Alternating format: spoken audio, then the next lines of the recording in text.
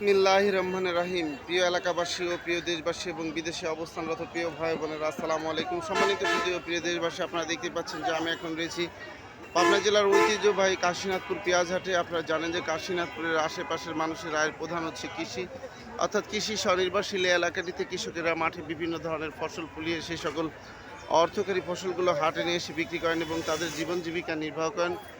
এই পর্যায়ে আজকে আমরা জানবো কাশীনাথপুর হাটে যে পেঁয়াজের সর্বোচ্চ পাইকারি বাজার কত যাচ্ছে। কাকা আসসালামু আলাইকুম।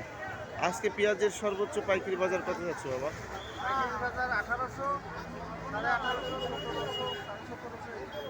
মানে 1700 টাকা থেকে শুরু করে 1850, এটাই তো যাচ্ছে নাকি?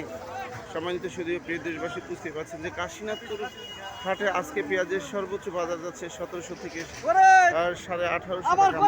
আপনাদের মাঝে আবারও হাট